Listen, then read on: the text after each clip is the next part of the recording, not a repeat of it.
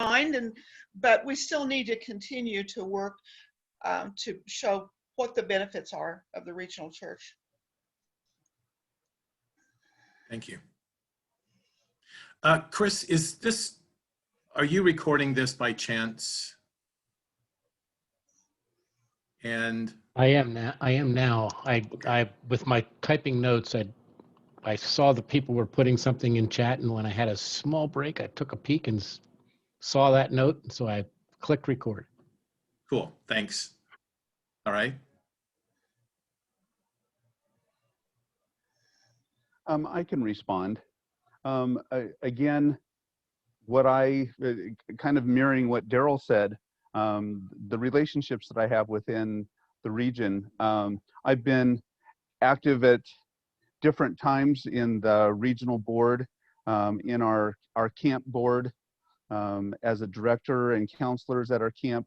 And I've got, when I went through a difficult time in my ministry, I really needed that support network behind me. And so that's still, I continue with a clergy group that has not gotten to meet because of COVID. The clergy groups, like Daryl mentioned, that was started through the Lilly Endowment grants.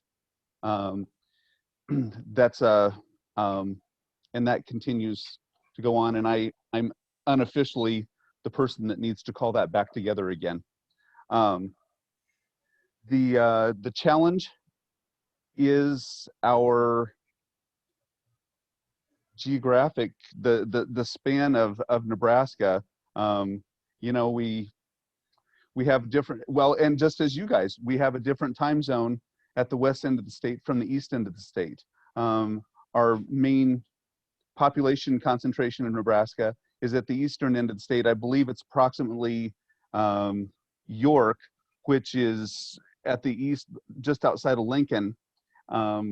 East of that is the main concentration of population for the state. And so there's a definite difference in the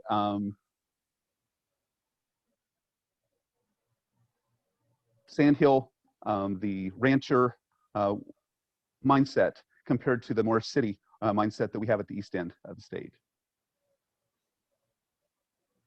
Thank you.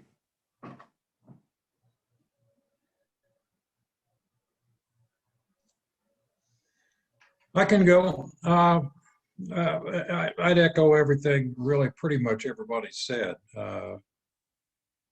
What I really value about the region is the feel of it, the camaraderie, not just among clergy colleagues, but just among that small subset of people that participates in regional activities. It's a great feeling, warm feeling. It's just wonderful. And the challenge, and that challenge is, of course, is that there's just, it's such a small subset of members that participate in that for whatever reason. A lot of it, I think, at least in my end of the state, is geographically driven. But the other challenge I want to point out is, I think it's a real challenge for a lot of congregations in Kansas to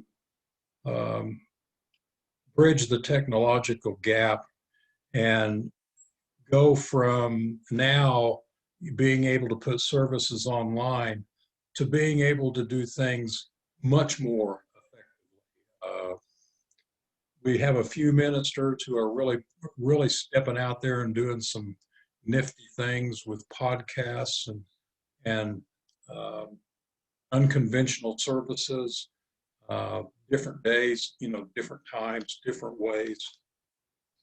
And I think we need more of that, but most of us either don't know where to start or, kind of run screaming and kicking from that amount of difference from what we know. And I would really love to see more of this exotic church, if you will. I think there's some real good stuff out there, but it's a challenge. Thanks, Kelly. I like exotic church. That's cool. We have to explore that more. Yeah, it involves animal skins and things. I don't know.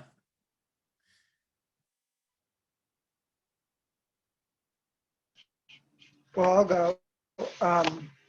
I've been in Kansas for more than 30 years. I lose track of how long I've been here. And part of the reason I've been here this long is that Kansas folks seem to take church really seriously. Now, and that doesn't mean other places don't, but that's part of what had captured me, my attention when I came here. And it continues to be true.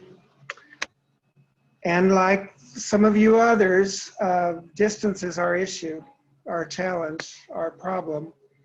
The folks on one side of the region feel like they're being neglected, and folks on the other side think they are. And bridging that seems to be a never-ending song. Thanks, Steve.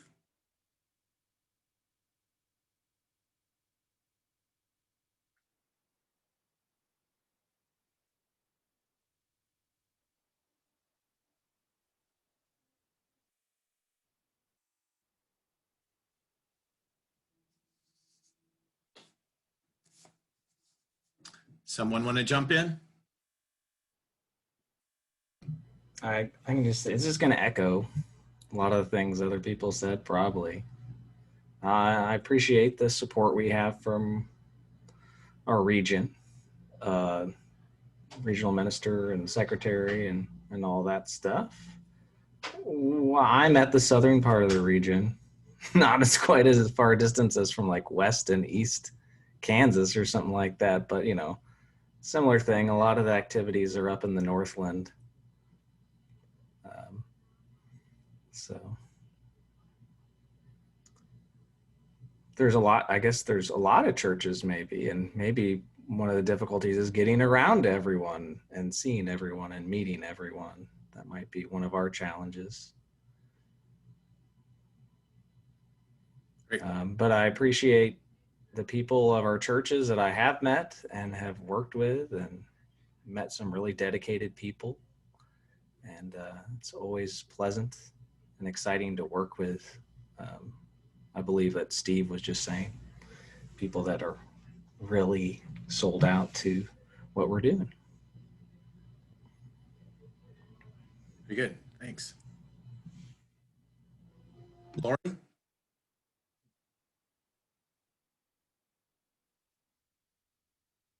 And you're muted, Lori.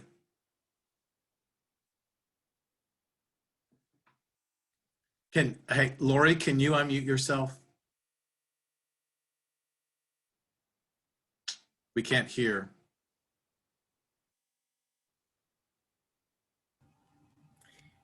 Is There- this better? Yep.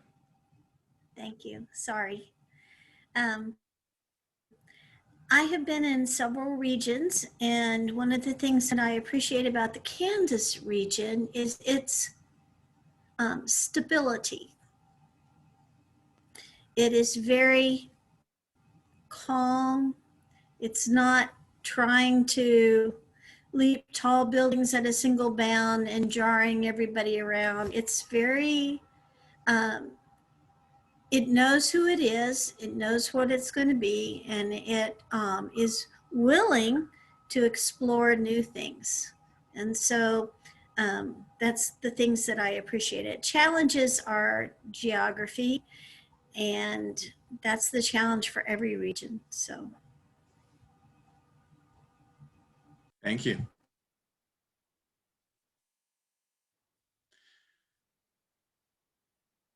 So Steve shared, but for Chris and Ken and Bill, you might want to just save yours. We're going to ask you to share a little bit about the region as regional minister. And it's not we're not asking just as from the top of your head, just to kind of enlighten us more for those of us who don't know much about each other, just to share something about the region that you're serving and anything that you want to, and you can include what's uniquely valued and uniquely challenging for you as a regional minister. That's more about getting to know each other. I think everybody else went, right? Or Joyce, you didn't go. Would you like to share something about what you value? No, I think I will stay out of that and see if I can keep listening for more patterns that you all are elevating. Very good. All right. Thanks for the invite. All right. Super. On number 3 on the agenda is to review the primary purpose statement. And we drafted our purpose, and that is, it's on the agenda. The purpose of the Tri-Regional Partnership is to discover ways to strengthen the connection and vitality of the church in its local, regional, and general expression. And then we had a biblical quote with that from Ecclesiastes. Is this still, and to revisit this, is it still okay? Are there any changes or additions that you want to make to the purpose of this work?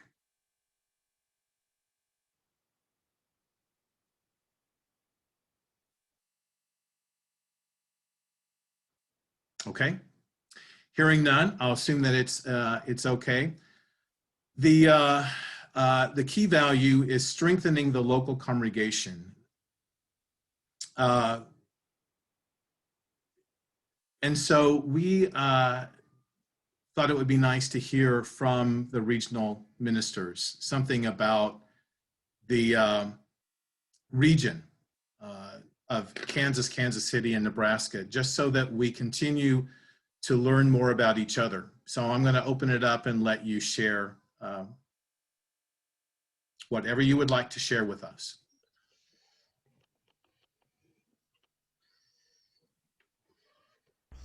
We are so polite in the Midwest. Spend so much time waiting for somebody, giving somebody else a chance. So I'm just going to go ahead and go, so we're not here all night. Very briefly, the Kansas City region was the product of a divorce of congregations that were located on either side of the state line and had previously belonged to state associations, like the Christian Church in Kansas, the Christian Church in Missouri. And Kansas City, as it became a larger metropolitan area and had a large, a dense collection of congregations. We're at 74 that are active in some way now. We have a few more other congregations that we count, all within a 50-mile radius of Kansas City.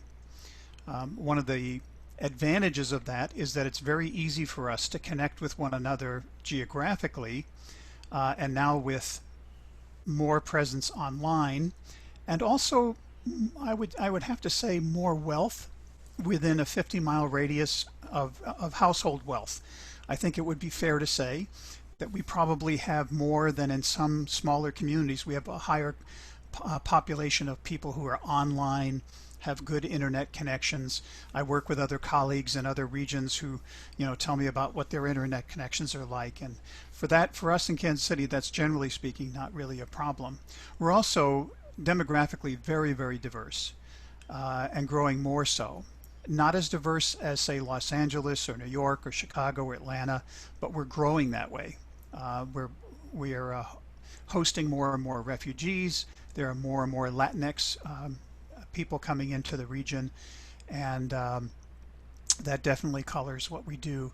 What the challenge, though, for us is that we are also part of that frontier mentality that you referred to earlier. And what is easy to do is also very easy not to do. We live in a region where there is enough to distract you, to keep you busy for the rest of your life. And so when something is not as valued as something else, it doesn't get as much attention.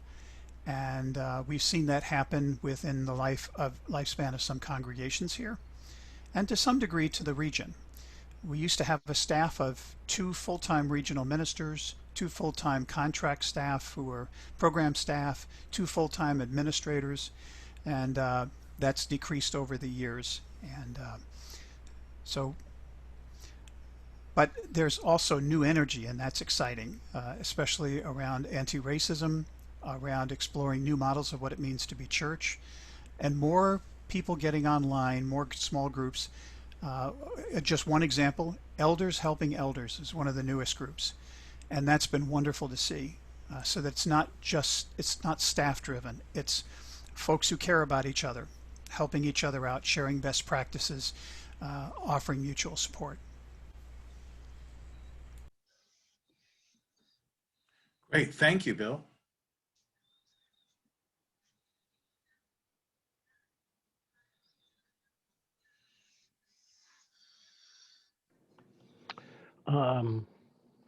So off the top of my head, what are some of the things? Let's see. So the question for us is the key value statement, strengthening local congregation.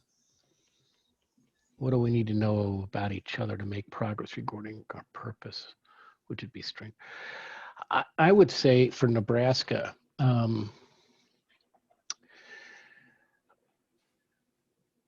I'm still settling in. It's still new, learning a lot about the role of regional minister and the role of the regional church and the relationship to the local church. What I would say in Nebraska is that I think that there has always been a tension between the independent Christian churches and the disciple churches in Nebraska. That's my sense. Not saying it's true. I'm just saying that's my read of my relationship with our now 41 churches. We've closed 2 churches in 2020.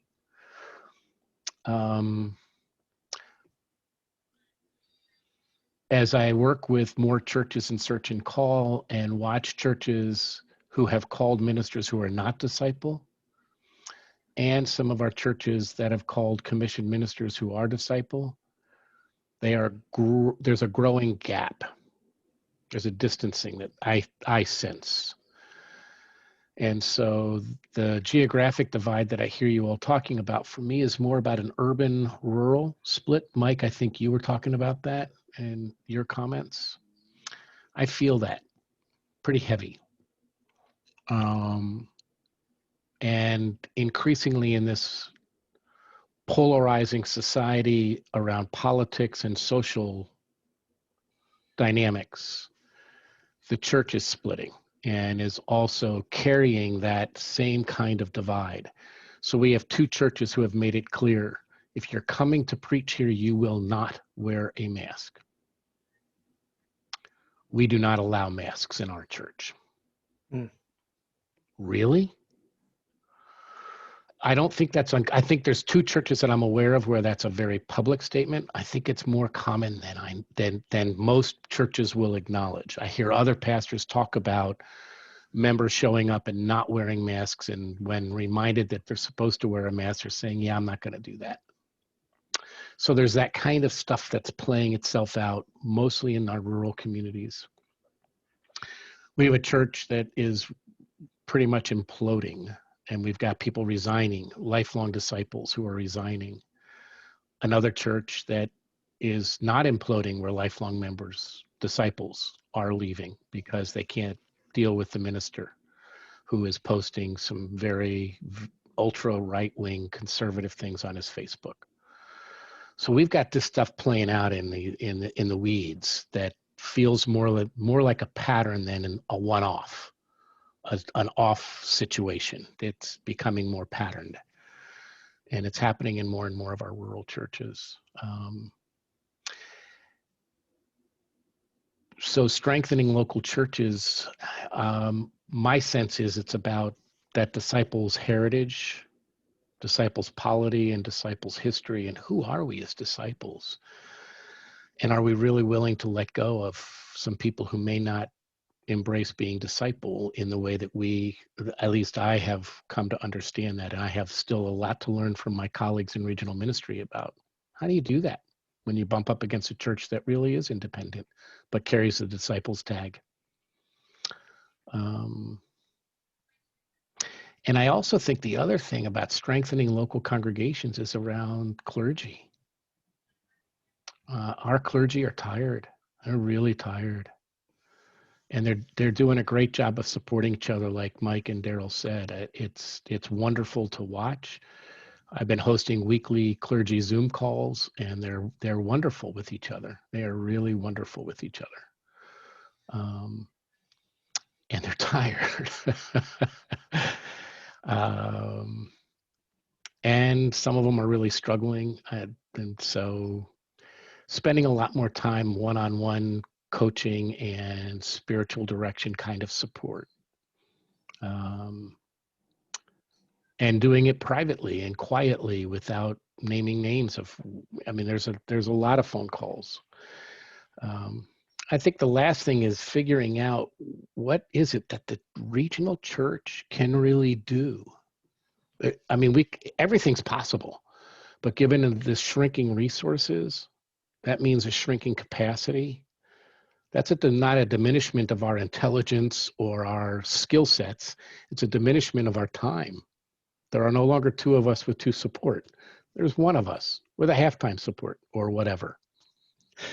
And so there's only so much we can do before we start burning out if we don't take care of ourselves. So how do we support our clergy and our churches that are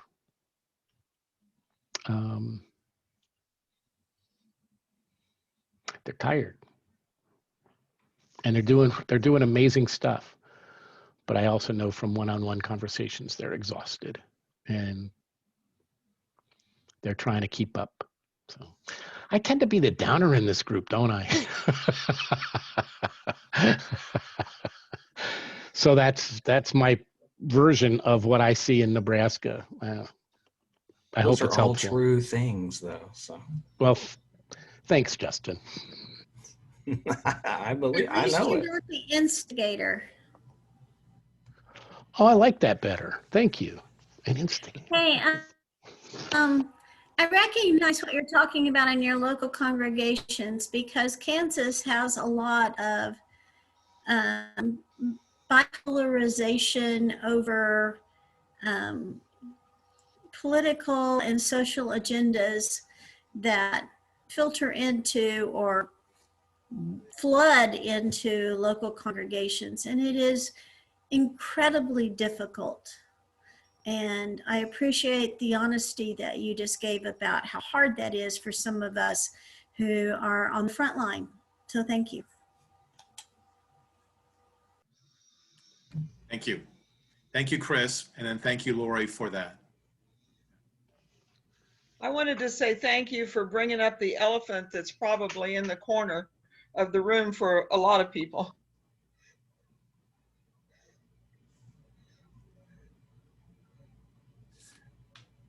In Kansas, I'm seeing, from my perspective, a number of different things kind of going on.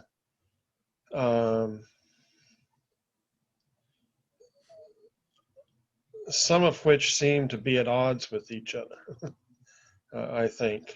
On the one hand, we've spent quite a bit of time in the past few years of going through our own revisioning process and trying to ask that fundamental question of what it means to be the regional church. And from there, what is the most appropriate structure to help us accomplish that purpose? And we have somewhat of a new vision and mission focus and have established 3 goals or emphasis to be working on. Developing what we're calling a communication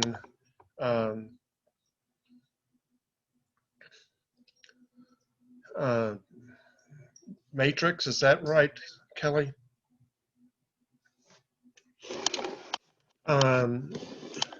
Which has a number of different things going along with it. from exploring how can the region help congregations upgrade their excuse me, electronic communication devices so that they can utilize a number of ways of communicating through virtual means, utilizing Zoom, utilizing social network platforms, and what have you. So all that's going on. We've been developing for several years, or offering for several years, a series of workshops in the spring of each year that have to do with equipping pastors and their administrative assistants or secretaries or other folks that work on promoting and communicating what's going on in the life of the church. And that's probably something we hadn't been doing before that.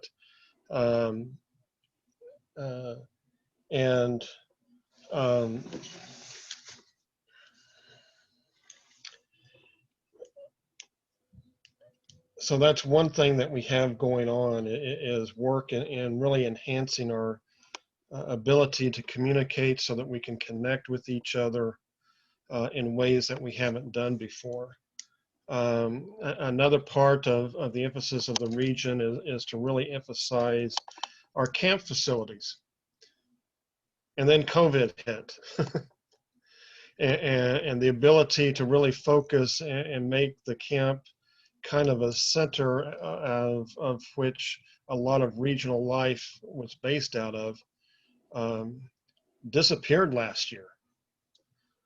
I mean, we literally canceled virtually every single in-person event that was planned for the camp last year. So that just kind of was a pretty hard hit, not just from a financial point of view, but from the way that we were hoping to build relationships and connections with each other.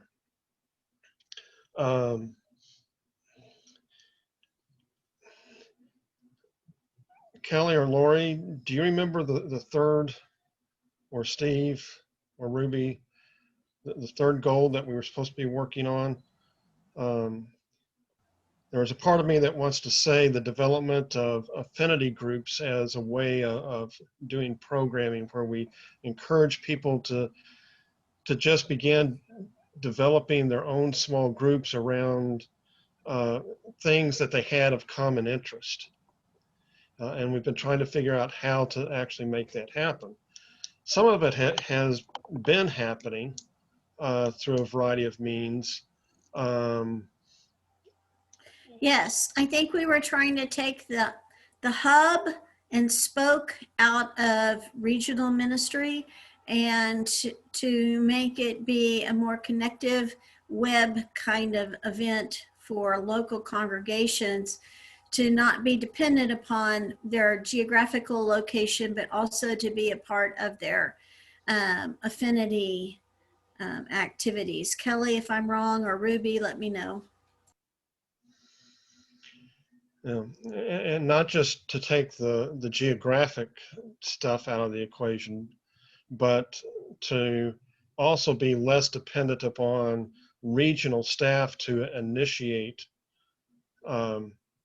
programming aspects that we really want to set people free to rally around those things that they have passions about. To lessen that dependency. You know, it seems like the local congregations have just become dependent on the region to make things happen. And trying to get that to stop. So, I was talking about this earlier in a meeting, and And I said that, and then it said, and we're trying to figure out as regional board how to structure that and make it happen. So that's kind of a contradiction in concepts in itself. And as I was talking, part of it is just being more of an advocate and an encourager of folks doing that and giving permission.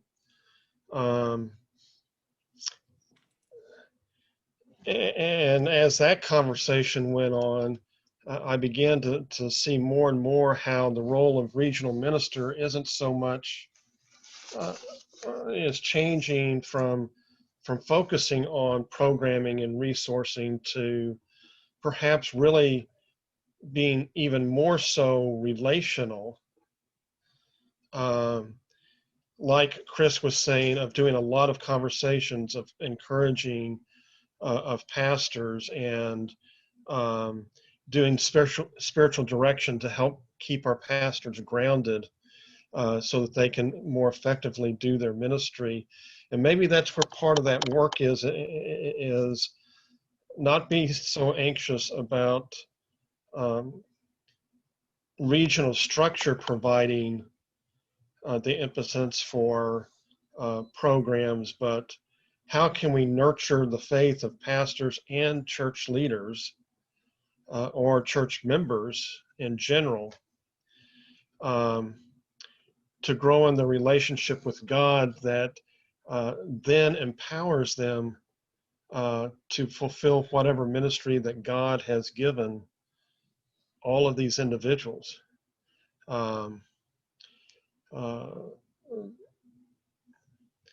And is even church life going to look a whole lot different, where the idea of membership roles in congregations disappear because like one pastor was saying to me earlier today,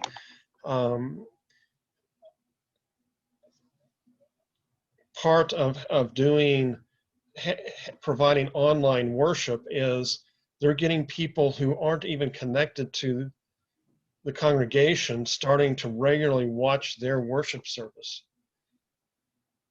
And as they explored that a little bit, they had a communication from one household that might fall into that category, who happened to say, hey, there's 12 of us on this one connection watching your worship service in the evening. So, you know, a different time rather than normal worship.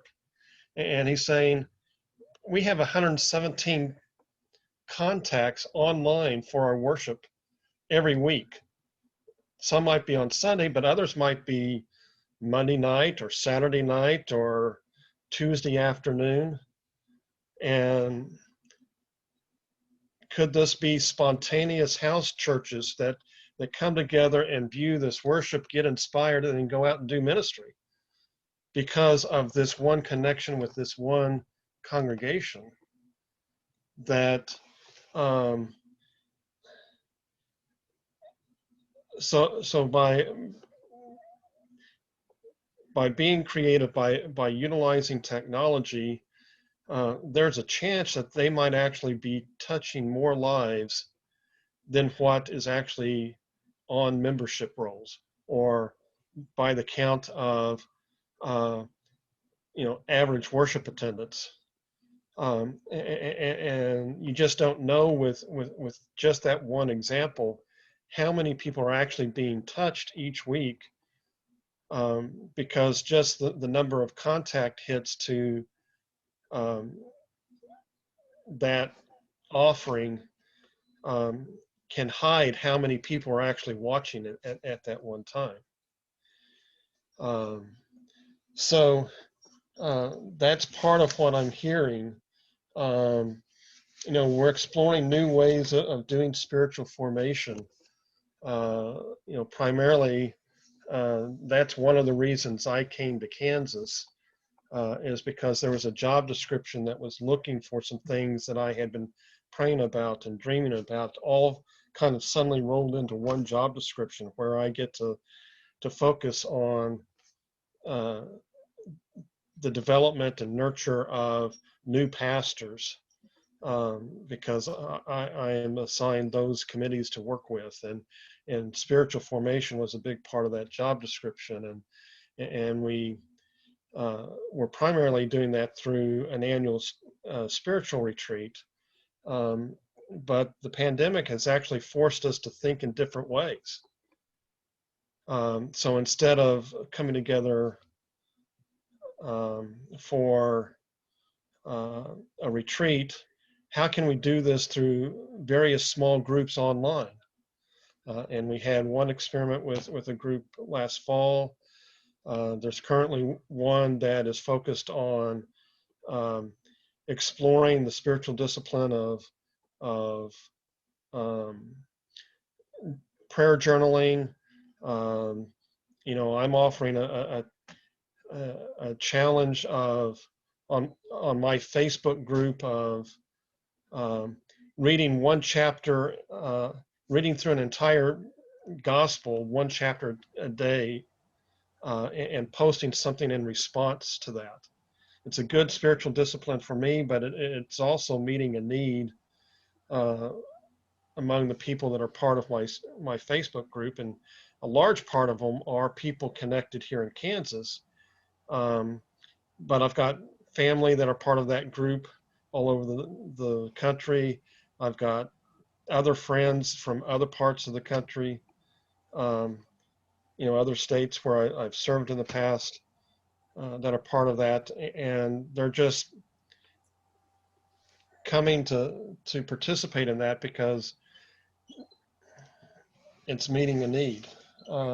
Hey, Ken, I think Yeah. you've touched on something that we are on the precipice of, which is that our whole environment may be changing in terms of ministry. And I think you're addressing that in what's going on in our world right now. And I think you're right. I think we have not only some loss, but we have a lot of potential in front of us that we need to tap into. And I don't think that our local congregations are necessarily all that ready to or prepared to explore all the potentials that are before us in terms of our three regions. And so I think you're right. I think we've got a lot to look forward to.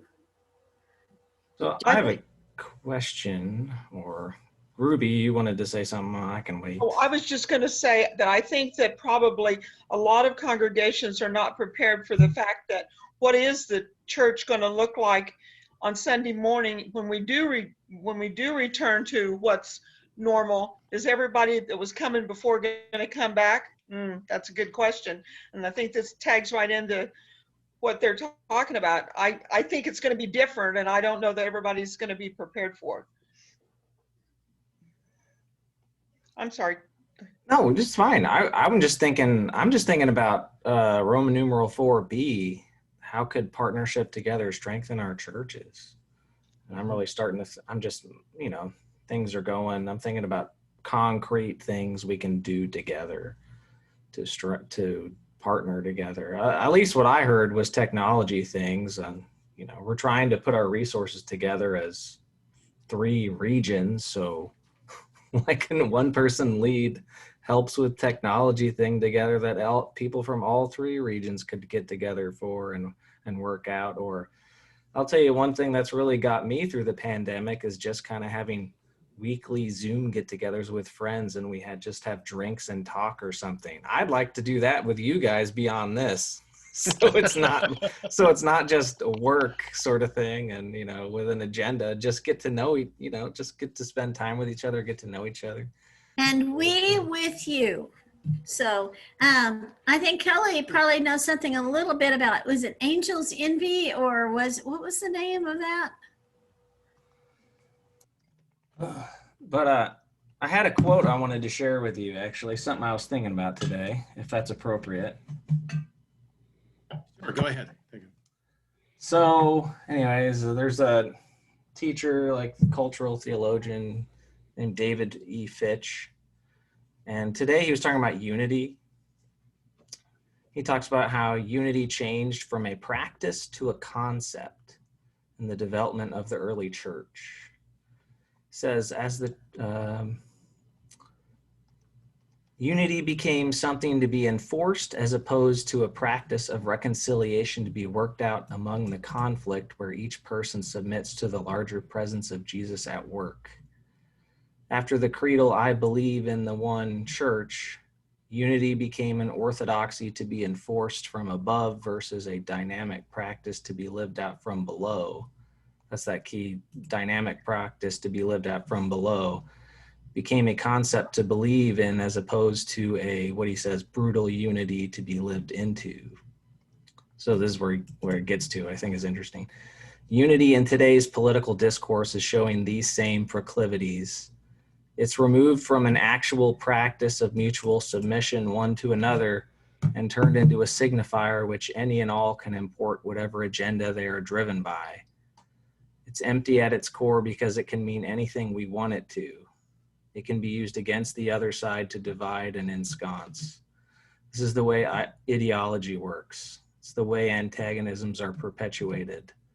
Unless we actually deal with our differences, unwind the antagonisms, in the belief we are together for larger purposes, the true unity of, what he says, brutal unity won't happen. The divide will just erupt again in a more violent form. So the last sentence is, the church is uniquely blessed with a practice of reconciliation in the presence of Christ in our midst, which makes this possible. So today I've just been thinking about everything y'all been saying with like, what are the concrete practices we can do together to, actually do unity instead of, we've been talking about unity for a long time. Justin, would you mind either scanning that, or if you've got it in a Word document, kind of attaching it to our chat room or emailing it somehow? I'd love to have that. Today I was on a call with the other co-chair of the Anti-Racism Pro-Reconciliation Committee for the College of Regional Ministers as we were trying to prepare for our first meeting. And she did a really nice job. She talked about one of our 1900s, early 1900s African-American pastors who talked quite a bit about the difference between uniformity and unity. And that when European Americans talk about unity, what we really mean is you will comport yourself to our understanding of what it means to be American, or what it means to be Christian, or what it means to be a church. And so we're crafting some questions to help us explore some of those really difficult areas. Like for African Americans, when have you felt pinched? And for European Americans, what do you do when somebody says, ouch? And what, as African Americans, what do you wish European Americans understood? And European Americans, what do you wish African Americans understood? So those kinds of conversations that may or may not be helpful to our conversation as a tri-region partnership, but that might be a kind of exploring that. The other thing that people talked about in that, and as you were going through all of the stuff that you were thinking about and other people's comments, the other thing that occurs to me that might be in common across the three regions is the question, what does it mean to be a regional church?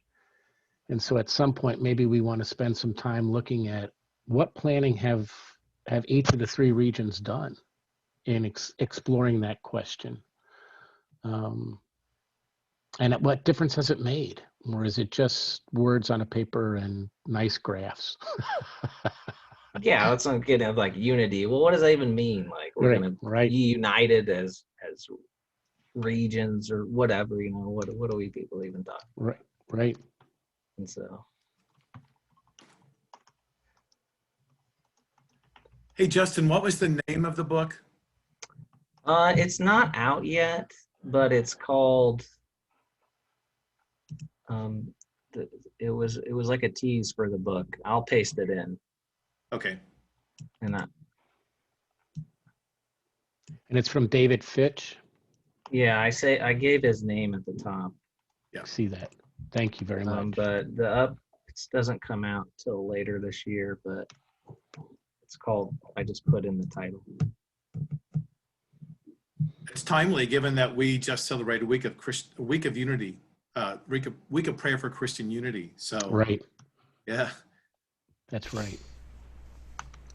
I think in kind of helping us move along, thank you for all of that sharing. And if if you have any comments or questions to each of our regional ministers that you'd like, that you didn't get a chance, go ahead and ask.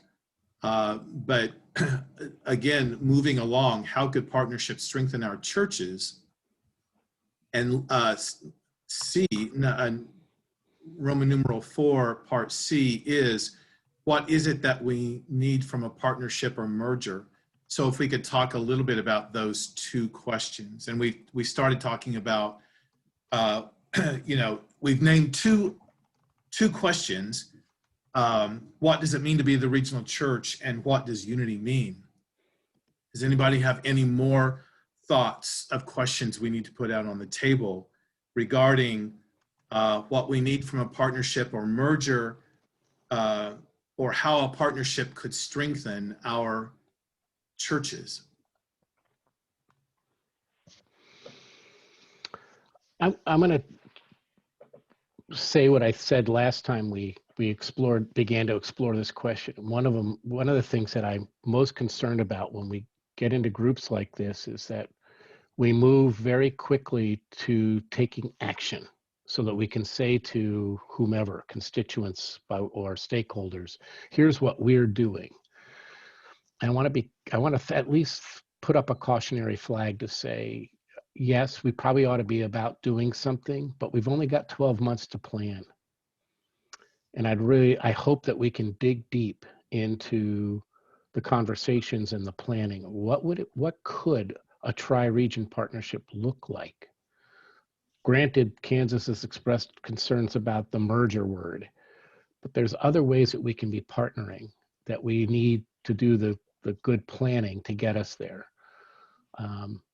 There's some merit to, let's try a couple of things and let's learn from doing.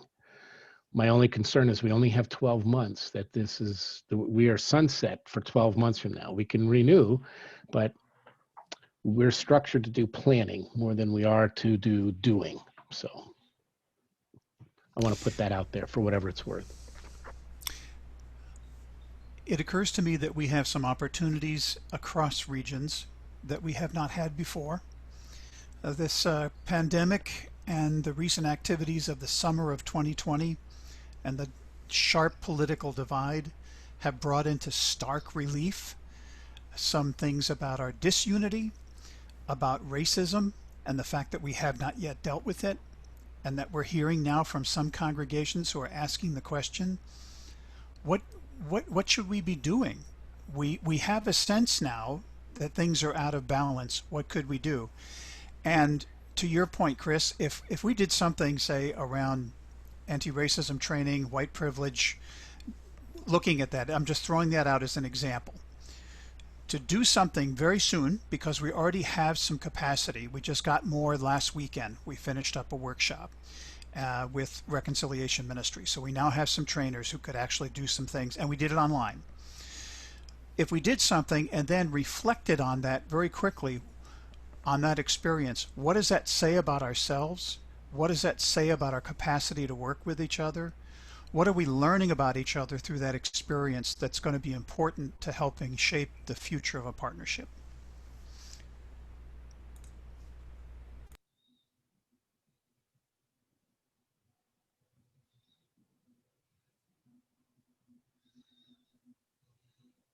That's good. That's good. That's a good thought. Any comments on that? Are the two of you suggesting maybe we do an and as opposed to or? Yeah, for me, I don't see them in opposition. I get what Chris is saying, because we could get bogged down in busy work. We're famous for that in the church. But sometimes in order to get that conversation going, it's good to have a common experience. We're having one tonight. We're getting to know each other, and that's a good thing. Being able to do something together that requires us to invest more than we currently have will test where this partnership is right now and could teach us a lot about the possibility and the potential, but also it might identify some areas where we'll have to do some work together to be able to shore up any kind of future activity.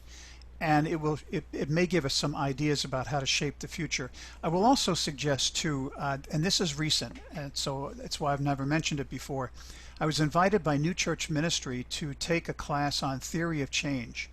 And there's a short little, a couple of video clips. I'm just going to put them in the chat and not talk about them, but just suggest that people might be interested to look at that. It's a strategic planning process that starts with imagining the end user, the customer, not the company, or in our case, not the church, but the people outside the church who are going to be the church decades from now, because that's part of our responsibility too. It isn't just making sure our congregations survive. We have a responsibility through the Great Commission to make sure that there are disciples of Jesus Christ in decades to come. And so this is a process that invites us to look at a different way of doing that. Not evangelism, not Great Commission, just in general. It's been a process that's been tested in several locations very successfully. So I'll just put those links in the chat for another time. Sounds like student-centered learning and writing goals. But Joyce, to answer your question from my perspective, I don't think I am saying both and. I don't know that we have the time. I'm concerned about that. The other thing I would say just very quickly is most of you don't know me, and I feel like I want to defend myself because I know who I am. Deeply justice-oriented, social justice advocate funded by Reconciliation Ministries back in the 80s, 90s, doing anti-racism work for 30 years.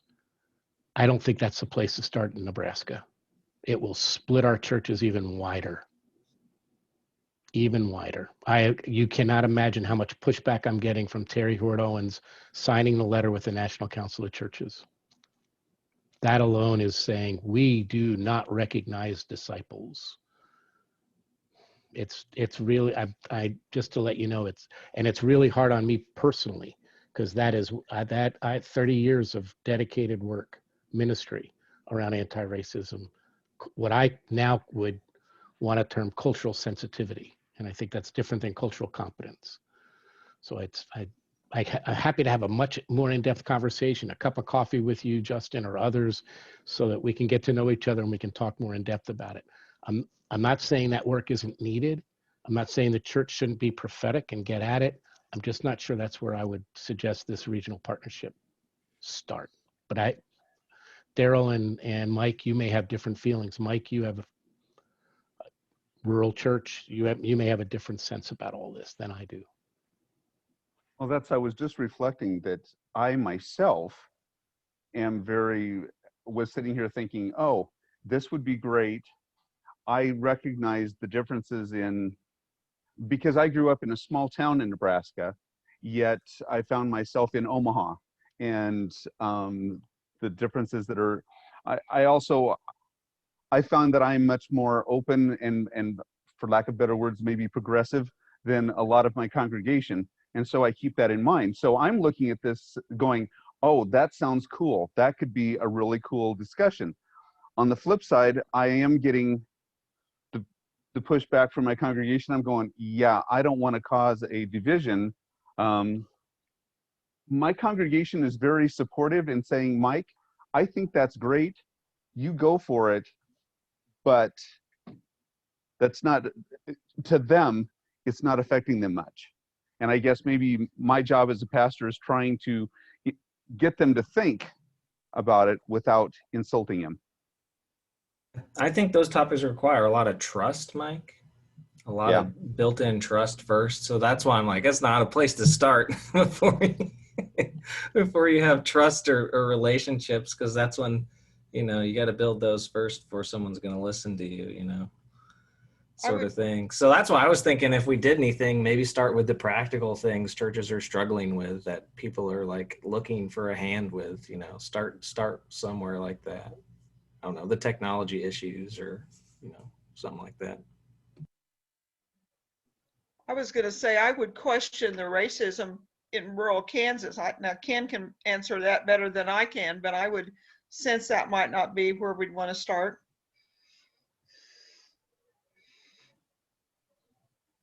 Well, I think that one of the things we're looking at for Bill is the difference between metropolitan areas and rural areas. And we saw that in the electorate. So those of us who are working in small towns recognize that for what reasons we may not know as we are new pastors in those places, why there has not been any kind of movement to raise them up out of their ideological foundations. And I'm not going to blame former ministers, but I am going to say that they are in a whole different place than the things that I experienced in Denver or Albuquerque or big cities that I've been in. It's a whole different world out here in the farm. One thing that really got me thinking about that several years ago was like Niebuhr has a book on this, denominations and social economic divisions, and even just denominations themselves rise up out of those just rural and city differences. We cover all of it, so, but it's just kind of how denominations form and have split it just based in those differences themselves. So that's really helpful, Justin. That might be the intersecting point for the three regions in thinking about those kind of divisions. I don't know if that's a place to start still, because Could you say that starting again, by Chris? I'm sorry, I wasn't hearing all of that at the beginning. Sure. I was just simply trying to say that I appreciated Justin's comment because it made me kind of consider this from a different perspective. So while I'm concerned about starting with a topic that is already divisive, I wonder if there isn't a way to come at it on a slant. And so when Justin talked about Niebuhr's book, I don't know if a study is really it either, but there's a person that I have come to know that I really appreciate. I've met her once, and just in passing, she was part of a group. Her name is Ruby Sales, and she is seen as one of the spiritual gurus of the civil rights movement. She runs a place now called Spirit House, and it is about how to, right now she's exploring the question of, is there a liberating theology?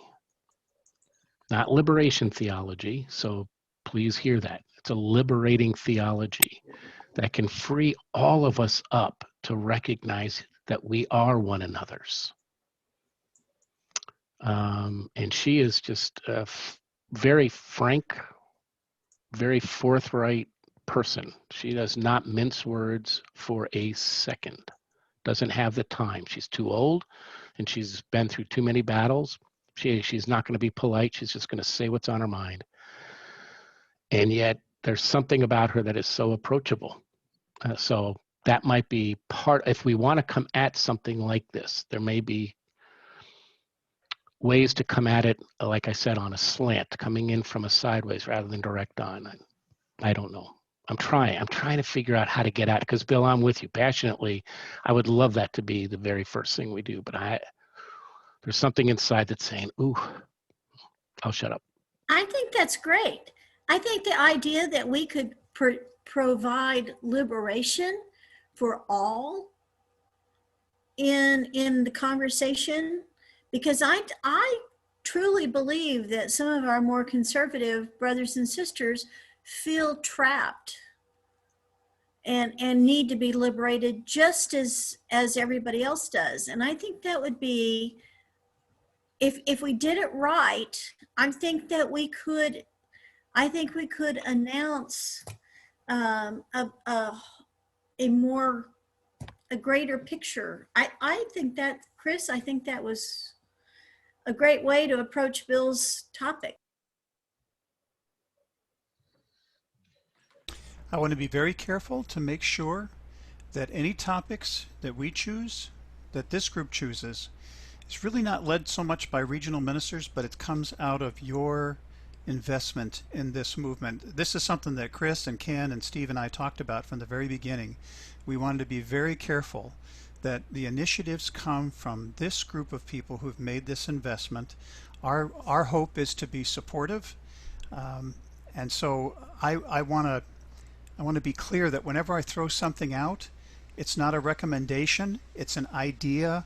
The hope is to catalyze more ideas until the group finds something that sounds really important. And it sounds like what Chris mentioned and what Justin talked about is getting some traction. So that may be the way to go. I just want to be very careful to let you know from the very beginning, I have no intention to steer this conversation. So I want to be really clear about that. Thank you. I'm also wondering, since you all are still in this place of trying to gather information about each other and learn about each other, that to move to what we should do might be premature. But I don't think you should let go of the ideas you're generating right now, because you don't want to lose them. It does sound like there's some energy around them, but I'm wondering, from what you have done so far in this meeting and trying to learn about each other's, what you really value and where the challenges are, what's leading to this move that you're making to try to pick something?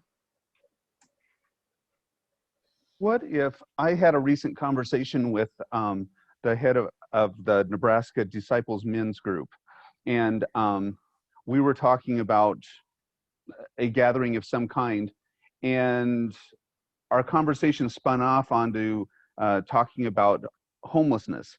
And I know that even going as far as when I took my last trip to Washington, D.C. with high school students, and we served at D.C. Central Kitchen, and it was very eye-opening on many levels, whether it was racism, whether it was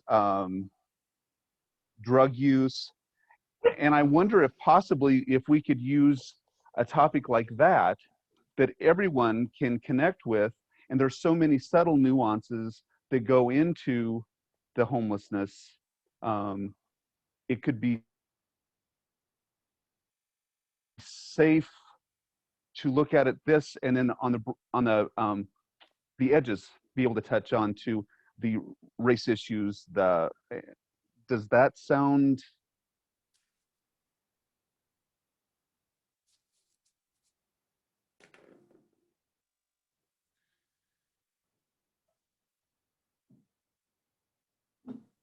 I guess my thought is I know in Kansas City, in all cities, we have homelessness, we have soup kitchens, we have that movement, and I'm thinking if there's something we could work together on, and that's where my brainstorm went with that.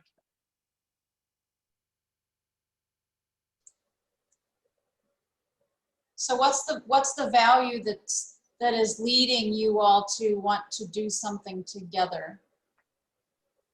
What's pushing that movement for you right now?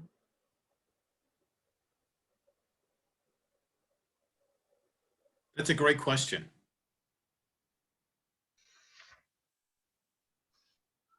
Well, and I don't want to talk too much, but we talked, each one of us shared about how our relationships within our region were also very important. Part of our time together here, we're getting to know each other. And I was thinking on a larger scale, anytime we could get together and work on something, pulling the regions together, working on something. I don't want it to be busy work, but I want to be able to bring us together to start building relationships amongst the three regions.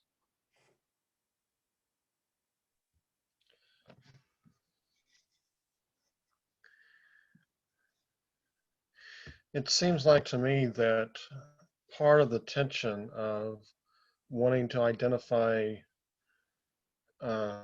something that we can work on together is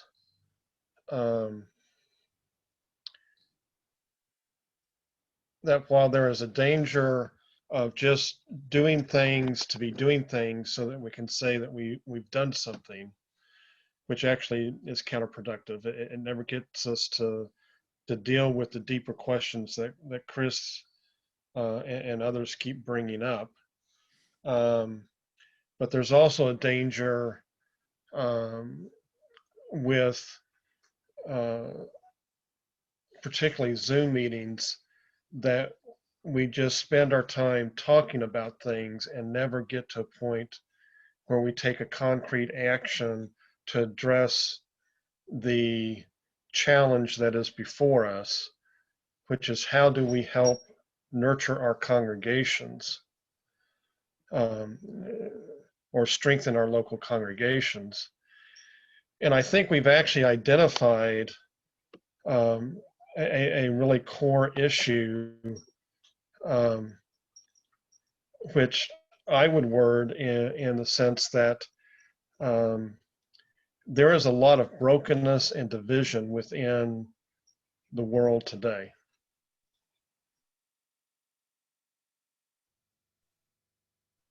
Here's the brokenness between various racial groups, and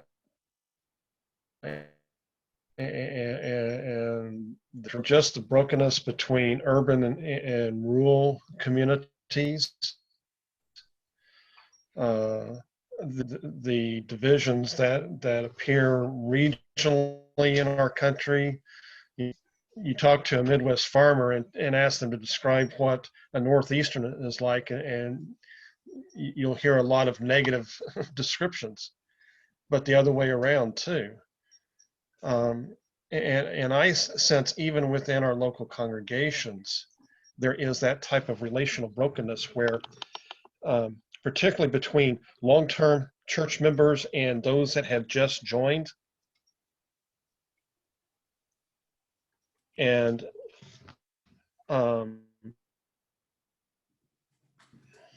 it has to do with how do we live in community with one another. And I'm wondering, can we hold that all in tension in such a way that, yes, we need to make sure that we don't rush the conversation and we ask the deep questions we need to ask, but not go at the same time, not get too much into just talking about this, but have some sort of ways that we can continue to build trust and reconnect community. I'm going to thank you, Ken. I'm going to move us along. We have 5 minutes left, and I want to make sure that we have a strategy for next month. I don't think we should visit Roman numeral 5. We were thinking in the planning meeting, maybe would we like to hear from a member of the Northern Lights Regional Merger Team via Zoom to talk to us. I don't think we are near ready for that based on tonight's conversation. I think we have brought up some really good points about our regions, the nature of ministry in our regions, and the tensions that, such as metropolitan versus rural versus urban, dynamics.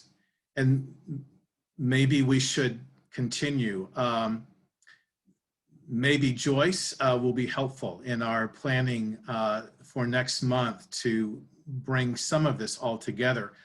But Kevin I'm sorry, Kevin wasn't able to be with us tonight. He had a home emergency, and I understand that. The way we were thinking about going was to have a different facilitator each month. Last month, Kelly did that, and previously to that, was Peggy, and then this next month would be someone from, I think, the Kansas City region to lead. So, Justin, would you work with myself and with Joyce to come up with an agenda for the next meeting, since you were a part of tonight and you have some really good ideas? Oh. Butter me up. I'll try my best. You All can do right. it, Justin. The time has come. And Daryl, you said that was you and Justin and Joyce. Was there anybody else that I missed? I don't want to leave Kevin out, and I can certainly email Kevin and just tell him, and maybe if he would like to do that at a future point, or, you know, he can be a part of our planning process. Yeah. Is there anybody else that we should have in that? I think it's generally the previous facilitator, the next facilitator, and Joyce. So, and Justin. Can I just throw in and answer Joyce's question real quick? Because I was thinking about it. Oh, sure. I just think people talking about doing things actually brings out what they care about, and they're like shared values. So I think it's helpful just hearing what the values are that people have and their passions. So not particularly to go anywhere and do something now, but you know, I've learned a lot about what people care about in a couple concrete ways. So I found it helpful, for me at least. You know, in growing up in a really small community in southeastern Kansas, and then moving, my first ministry being in the inner city of St. Louis, I had some experience with tensions between or rural versus urban, and you hit that right on the head. The values that people have, because the values that people have in, say, an inner city or urban area sometimes are not the same values that rural people have. And we need to really be mindful of that. And so maybe, you know, we'll just hold that. So Justin and Joyce, I will, do we want to set a meeting? Our next meeting, we're meeting on the 4th Tuesday of each month. So our next meeting as a total group would be February the 23rd at 7 p.m. Is that going to work for people?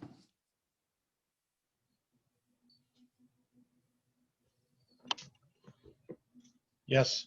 Okay. Can I, while we have it, we can stay, Chris, if you want to keep, if Joyce and Justin and I can sort of set a time to meet together, that would be helpful. And the rest of you, we can all say goodbye to you. And I can throw the host to one of you, so I don't have to sit and eavesdrop. And I'll turn the recorder off now. Yeah. Daryl, can you make those